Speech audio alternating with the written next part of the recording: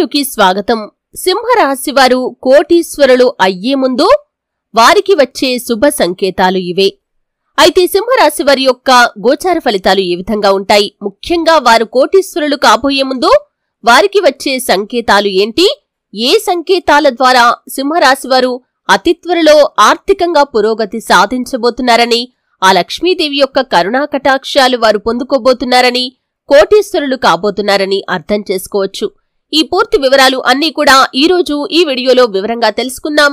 వీడియోలోకి వెళ్లే ముందు మా చిన్న రిక్వెస్ట్ ఏంటంటే, ఇంతకు ముందు కనుక మా ఛానల్ని మీరు సబ్స్క్రైబ్ చేసుకున్నట్లయితే సబ్స్క్రైబ్ చేసుకోండి. అలాగే పక్కనే ఉన్న గంట సింబల్ మీద ఆల్ అప్డేట్స్ ని క్లిక్ చేయండి. అప్పుడే మేము అప్లోడ్ చేసే ప్రతి వీడియోకి మీకు నోటిఫికేషన్ అనేది వస్తుంది. శ్రీ మైసమ్మ తల్లి జ్యోతిష్యాలయం. మీకు ఎటువంటి సమస్యలు ఉన్నా అమ్మవారి ముందు ప్రత్యేకంగా గవ్వలు వేసి జ్యోతిష్యం చెప్పబడును. భార్యాభర్తల సమస్యలు, కుటుంబ సమస్యలు, ప్రేమించిన వారు దూరం కావటం, డబ్బు సమస్యలు, వ్యాపారంలో నష్టం రావటం, అనుకున్న పనులు కాకపోవటం, కోర్టు సమస్యలు, సంతానం లేకపోవటం, ఇంకా ఎటువంటి సమస్యలు ఉన్నా దూరంలో ఉన్నవారికి కూడా ఫోన్ ద్వారా జ్యోతిష్యం చెప్పబడును. స్త్రీ పురుష వశీకరణం చేయబడును. తీరని సమస్యలకు ప్రత్యేకంగా పూజలు కూడా చేయబడును.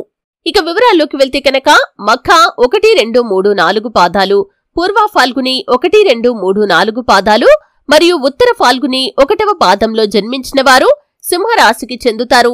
ఇది జ్యోతిష్య చక్రంలో 5వ రాశి. ఈ రాశికి అధిపతి సూర్యుడు. సింహం అంటే జంతు సామ్రాజ్యానికి రాజు. అయితే ఈ సింహరాశి వారు పర్వత ప్రాంతాల్లో తిరగటానికి ఎక్కువగా ఇష్టతను చూపిస్తూ ఉంటారు. అలాగే సింహరాశి వారు నాయకత్వ లక్షణాలను కలిగి ఉంటారు. ఎందుకంటే సింహం అంటే జంతు సామ్రాజ్యానికి రాజు కాబట్టి, రాజు ఏ విధంగా ఉంటాడో ఈ సింహరాశి వారు కూడా అదే విధంగా ఉండటానికి ఎక్కువగా ఆసక్తిని కనబరుస్తూ ఉంటారు. రాజకీయ నాయకులుగా ఎదిగే అవకాశం ఈ సింహరాశి వారికి అధికంగా ఉంటుంది. ఏ రంగంలో అయినా సరే నాయకులుగానే ఉంటారు. వీరు క్రమశిక్షణకు, ఆరోగ్యానికి, సమయ పాలనకు కూడా అధిక ప్రాధాన్యతను ఇస్తూ ఉంటారు. అయితే ఈ సింహరాశి వారు కోటీశ్వరులు కాబోయే ముందు వారికి కొన్ని సంకేతాలు కనిపిస్తాయి. అటువంటి శుభ సంకేతాల ద్వారా అతి త్వరలో వీరు కోటీశ్వరులు కాబోతున్నారని అర్థం చేసుకోవచ్చు. అయితే కోటీశ్వరులు కావటం అంటే లక్ష్మీదేవి మన ఇంట్లోకి రావటం. అంటే లక్ష్మీదేవి మన ఇంట్లోకి వచ్చినప్పుడే ఆర్థికంగా పురోగతి సాధించగలుగుతాం. అయితే లక్ష్మీదేవి మన ఇంట్లోకి వచ్చే ముందు కనిపించే సంకేతాల గురించి మనం తెలుసుకునే ముందు, లక్ష్మీదేవి మన ఇంట్లోకి రావాలంటే ఎటువంటి జాగ్రత్తలు తీసుకోవాలి, ఇల్లు అలాగే ఇంట్లో ఉన్నటువంటి మనుషులు ఏ విధంగా ఉండాలో కూడా ఖచ్చితంగా మీరు తెలుసుకోవాలి. హిందువులు లక్ష్మీదేవిని ఆరాధిస్తారు. ఇల్లు శుభ్రంగా ఉంటేనే లక్ష్మీదేవి వస్తుందని మన పెద్దలు కూడా చెబుతూ ఉంటారు. అలాగే స్త్రీలను లక్ష్మీదేవితో పోలుస్తారు. మిగతా రోజుల్లో కంటే శుక్రవారం పూట ఇంటిని మరింత పరిశుభ్రంగా ఉంచుతారు. ఆ రోజు స్త్రీలు ఉదయాన్నే లేచి తలస్నానం చేసి లక్ష్మీదేవిలా ముస్తాబై వాకిట్లో కల్లాపు చల్లి ముగ్గు పెట్టి లక్ష్మీదేవిని పూజిస్తారు. అలా చేయటం అంటే లక్ష్మీదేవికి చాలా ఇష్టం. అలాగే ఎట్టి పరిస్థితుల్లో కూడా దుమ్ము ధూళి ఉన్న చోట, అలాగే శుచి శుభ్రత లేని చోట లక్ష్మీదేవి ఎట్టి పరిస్థితుల్లో కూడా ఉండదు.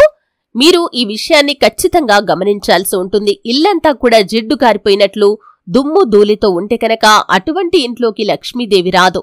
అటువంటి ఇంట్లో ఇల్లు ఆ విధంగా ఉంచుకొని మీరు ఎన్ని పూజలు చేసినా కానీ అస్సలు ప్రయోజనం అనేది ఉండదు. లక్ష్మీదేవికి ఇష్టం లేని పనులు చేస్తే ఆ ఇంట్లోకి లక్ష్మీదేవి అస్సలు ప్రవేశించదు. ఈ విషయాన్ని ప్రతి ఒక్కరూ కూడా గమనించాలి. అలాగే లక్ష్మీదేవి మన ఇంట్లోకి రావాలంటే మన ఇల్లు కూడా చాలా ప్రశాంతంగా ఉండాలి. ఊరికే గొడవలు జరిగే ఇంట్లోకి లక్ష్మీదేవి రాదు. ఇల్లు ప్రశాంతంగా ప్రేమానురాగాలతో కుటుంబ సభ్యులు కలిసి ఉంటేనే అటువంటి గృహంలోకి లక్ష్మీదేవి ప్రవేశిస్తుంది. ఈ విషయాన్ని ప్రతి ఒక్కరూ కూడా గమనించాలి. ఇక విషయంలోకి వస్తే, అంటే సింహరాశి వారు కోటీశ్వరులు కాబోయే ముందు వారికి వచ్చే సంకేతాల గురించి చూసినట్లయితే కనుక కోకిల కూత వినిపిస్తుంది. అంటే కోకిల కూత వినటానికి చాలా బాగుంటుంది. కోకిల చేసే శబ్దం ధనానికి సూచికగా చెబుతూ ఉంటారు. కోకిల కూసే దిశ ఆధారంగా కూడా శుభం అశుభాలను గుర్తిస్తారు.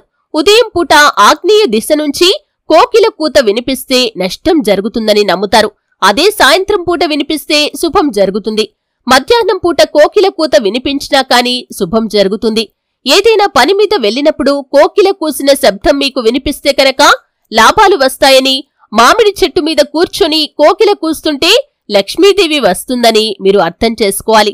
అలాగే మీ ఇంట్లోకి నల్ల చీమలు ప్రవేశిస్తే అది కూడా శుభ సంకేతం. కానీ ఇంట్లో నల్ల చీమలు తిరుగుతూ ఉంటే వాటిని చాలా మంది చంపేస్తూ ఉంటారు. వాటిపైన పసుపు నీళ్లు చల్లటం లాంటి పనులు కూడా చేస్తూ ఉంటారు. కానీ ఇంట్లో నల్ల చీమలు తిరుగుతుంటే మంచిదని శాస్త్రం చెబుతుంది. నోటితో బియ్యం ధాన్యాలు మోస్తున్న నల్ల చీమలు తిరిగితే ఇంకా మంచిది. అక్షింతలు అనేవి శుభం కలగజేసేవి కాబట్టి లక్ష్మీదేవికి చాలా ఇష్టం.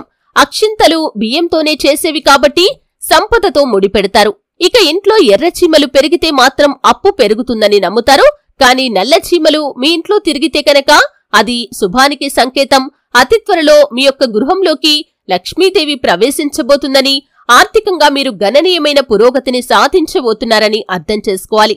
అలాగే బల్లి మీద పడితే మనం చిరాకు పడుతూ ఉంటాం, భయపడుతూ ఉంటాం, అశుభంగా భావిస్తూ ఉంటాం. అయితే అదే బల్లి మన శరీరంలోని కొన్ని చోట్ల పడితే శుభాలు కూడా జరుగుతాయి. శాస్త్రం ప్రకారం కుడి చేతిపై పడి వెంటనే పైకి ఎక్కటానికి అది ప్రయత్నిస్తే త్వరలోనే మీరు కుంభస్థలాన్ని కొట్టబోతున్నారని అర్థం. బల్లిని సంపదకు చిహ్నంగా భావిస్తారు. అలాగే 2 తలల పాము కనిపిస్తే కూడా అది శుభసూచకమని శాస్త్రాలు చెబుతున్నాయి. పాము అంటేనే అసహ్యం వేస్తుంది, చాలా భయం వేస్తుంది. ఇంట్లో పాము కనిపిస్తే ఎక్కడ కాటేస్తుందో అని చంపేందుకు ప్రయత్నిస్తూ ఉంటారు. కానీ పాములు శుభసూచకమని చాలా మందికి తెలియదు. ఇంట్లో ఎప్పుడైనా 2 తలల పాము కనిపిస్తే అది చాలా మంచిది. చూసిన వారి ఇంటికి వెళ్లటం వల్ల కూడా శుభం కలుగుతుందని నమ్ముతారు. పాము కనిపిస్తే చంపకుండా అది బయటకు వెళ్లేందుకు మార్గం చూపించాలి. ఇలా చేస్తే లక్ష్మీదేవి మీ ఇంటి తలుపు తడుతుంది. అలాగే మీ యొక్క ఇంట్లోని తులసి కోట వద్ద బల్లి తిరుగుతూ కనిపించినట్లయితే అది చాలా శుభ సంకేతం. అలాగే దీపావళి రోజు ఈ విధంగా తులసి కోట దగ్గర ఒక బల్లి కనిపిస్తే కనుక అది మీ ఇంట్లోకి ధనధాన్యాల రూపంలో లక్ష్మీదేవి ప్రవేశించబోతుందని అర్థమిస్తుంది. అలాగే ఒకేసారి తులసి కోట వద్ద ఎక్కువ బల్లులు కనిపిస్తే మాత్రం అది అశుభం. అలాగే 3 బల్లులు ఒకదాని వెంబడి ఒకటి పరిగెడుతూ కనుక కనిపిస్తే అది చాలా శుభసూచకం. అతి త్వరలో మీరు ధనవంతులు కాబోతున్నారని అర్థం చేసుకోవాలి. అంటే మీ ఇంట్లో కనుక 3 బల్లులు ఒకదాని వెంబట ఒకటి పరిగెడుతూ మీ కంటికి కనిపిస్తే అది చాలా శుభసూచకం. అతి త్వరలో మీరు ధనవంతులు కాబోతున్నారు. ఇక మరొక సంకేతం ఏమిటంటే శంఖం శబ్దం. హిందూ సాంప్రదాయంలో శంఖానికి చాలా ప్రత్యేకమైన స్థానం ఉంది. శంఖం శబ్దం కనుక మీకు వినిపిస్తే, అంటే ఉదయం మీరు నిద్రలేవగానే శంఖం ఊదిన శబ్దం కనుక మీరు విన్నారంటే అది చాలా శుభసూచకం. లక్ష్మీదేవి అతి త్వరలో మీ ఇంటికి రాబోతుందని, మీ ఇంటి తలుపు తట్టబోతుందని, అలాగే లక్ష్మీదేవి మీ ఇంట్లో తిష్ట వేసుకుని కూర్చోబోతుందని అర్థం చేసుకోవాలి. ఇటువంటి సంకేతాల ద్వారా సింహరాశివారు అతి త్వరలో కోటీశ్వరులు కాబోతున్నారని అర్థం చేసుకోవచ్చు. అలాగే ఎప్పుడూ కూడా ఇల్లును శుచిగా శుభ్రంగా ఉంచుకోవటానికి ప్రయత్నం చేయండి. ఇల్లు కాని గడపలు కాని లక్ష్మీదేవికి నచ్చే విధంగా ఉండాలి. ఎప్పుడైతే ఇల్లంతా కూడా మురికిగా దుమ్ము ధూళితో నిండి ఉంటుందో అక్కడ లక్ష్మీదేవి కాకుండా జ్యేష్ఠాదేవి కొలువు తీరి ఉంటుంది. ఈ విషయాన్ని ప్రతి ఒక్కరూ గమనించాలి. ఇంటి ముందు కల్లాపు చల్లి ముగ్గులు వేసుకోవటం వల్ల లక్ష్మీదేవి మన ఇంట్లోకి రావటానికి ఇష్టతను కనబరుస్తూ ఉంటుంది. ఈ విధంగా ప్రతిరోజు మీరు ఇల్లంతా కూడా పరిశుభ్రంగా ఉంచుకోవటానికి ప్రయత్నం చేయండి. కుటుంబ సభ్యులు కూడా ఎప్పుడూ గొడవలు పడకుండా మానసికంగా ప్రశాంతమైన వాతావరణాన్ని కలిగి ఉండాలి. అప్పుడే లక్ష్మీదేవి మీ ఇంట్లోకి వస్తుంది. ఏ ఇంట్లో అయితే ఇల్లాలు ఏడుస్తుందో ఆ ఇంట్లోకి లక్ష్మీదేవి రాదు. అంటే ఒక ఇల్లాలి ఏడుపు లక్ష్మీదేవిని ఆ ఇంట్లోకి రాకుండా ఆపేస్తుంది. కాబట్టి ఇంటి ఇల్లాలు ఏడవకుండా చూసుకోవటం అనేది ఆ ఇంట్లోని కుటుంబ సభ్యుల బాధ్యతై ఉంటుంది. ఈ విషయాన్ని మీరు గుర్తుంచుకోవాల్సి ఉంటుంది. ఈ విధంగా లక్ష్మీదేవికి నచ్చే విధంగా మీ యొక్క ఇంటిని ఉంచుకోండి. అలాగే మీ యొక్క కుటుంబ వాతావరణాన్ని ఉంచుకోండి. అలాగే సింహరాశివారు కోటీశ్వరులు కాబోయే ముందు ఇటువంటి సంకేతాలు వారికి కనిపిస్తాయి. ఈ యొక్క సంకేతాల ద్వారా అతి త్వరలో మీరు లక్ష్మీదేవి యొక్క అనుగ్రహాన్ని పొందబోతున్నారని అర్థం చేసుకోవాలి. మీ శక్తి అనుసారం దాన ధర్మాలు చేయండి. అలాగే ప్రతి శుక్రవారం రోజు ధూప దీప నైవేద్యాలతో లక్ష్మీదేవిని ఆరాధించండి. మీకు వీలైతే కనుక నిత్య దీపారాధన చేయటానికి ప్రయత్నం చేయండి.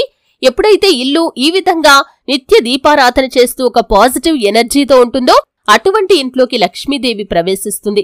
చూశారు కదండి. వీడియో నచ్చితే ఖచ్చితంగా లైక్ చేయండి.